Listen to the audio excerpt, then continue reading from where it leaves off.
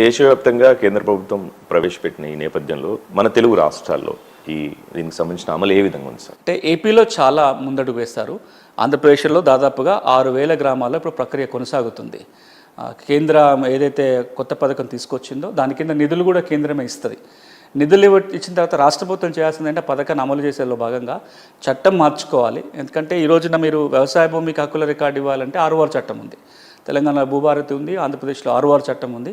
ఆ చట్టం కింద వ్యవసాయ భూములకి పాస్బుక్ ఎట్లా ఇవ్వాలో, 1B రికార్డు ఎట్లా మెయింటైన్ చేయాలో ఉంటుంది. కానీ ఇంటి స్థలాలకు లేదు.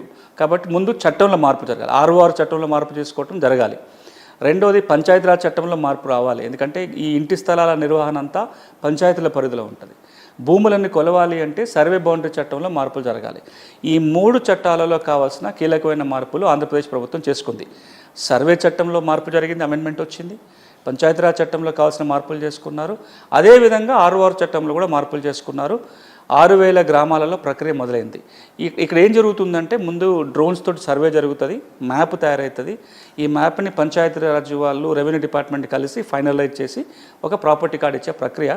వాళ్ళు ఇప్పుడు పెట్టుకున్న టార్గెట్ ప్రకారం, ఆంధ్రప్రదేశ్ రాష్ట్ర ప్రభుత్వం పెట్టుకున్న టార్గెట్ ప్రకారము వచ్చే సంవత్సరం ఫిబ్రవరి నాటికి దాదాపు 6,000 గ్రామాలలో ఈ ప్రక్రియ పూర్తి చేయాలనే ఒక లక్ష్యంతో పనిచేస్తున్నారు.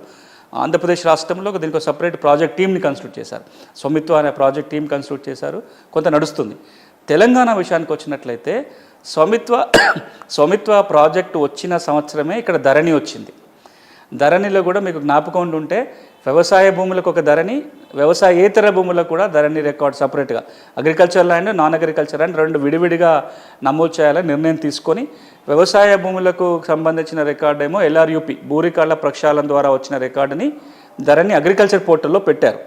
నాన్ అగ్రికల్చర్ పోర్టల్లో పెట్టడం కోసం గ్రామీణ ప్రాంతంలో, పట్టణ ప్రాంతంలో ఎన్యూమరేషన్ మొదలుపెట్టారు. డేటా నడుస్తుంది. ఈ జరుగుతున్న క్రమంలోనే స్వమిత్వ ప్రాజెక్ట్ వచ్చింది. తెలంగాణ ప్రభుత్వం ఏం చెప్పిందంటే మాకు ఆల్రెడీ ప్రాజెక్టు మాకు అవసరమే లేదు, మేము ఆల్రెడీ గ్రామాల సర్వే చేసింది, వీళ్ళు కేవలము ఎంతమంది కూడా రాసుకున్నారు తప్ప ఈ పూర్తిగా రాలేదు. కానీ తెలంగాణ ప్రభుత్వం ఆ ప్రాజెక్ట్ మేము అమలు చేసామని చెప్పేసింది. ఆ తర్వాత జరిగిన పరిణామంలో ఈ ధరణి నాన్ అగ్రికల్చర్ ల్యాండ్ మీద గౌరవ హైకోర్టు స్టే విధించింది. ఎందుకంటే ఈ Dharani agriculture, non agriculture data fill చేస్తున్నప్పుడు వ్యక్తుల యొక్క ఆధార్ నెంబరు, వాళ్ళ కులం కూడా అడిగి రాశారు. హైకోర్టులో ప్రజా ప్రయోజనాల వాద్యం దాఖలైంది. అసలు మీరు ఆధార్ నెంబర్ కంపల్సరీ ఎట్లా చేస్తారు? గౌరవ సుప్రీంకోర్టు ఇచ్చిన తీర్పుల ప్రకారము ఆధార్ నెంబర్ కంపల్సరీ అడగడం లేదు. వాళ్ళకి ఏదైనా ఐడి ప్రూఫ్ అడగొచ్చు. కానీ ప్రభుత్వ స్కీములకు ఏమన్నా బెనిఫిషియరీగా ఉన్న వాళ్ళైతే మాత్రం వాళ్ళ నుంచి ఆధార్ నెంబర్ అడగొచ్చు.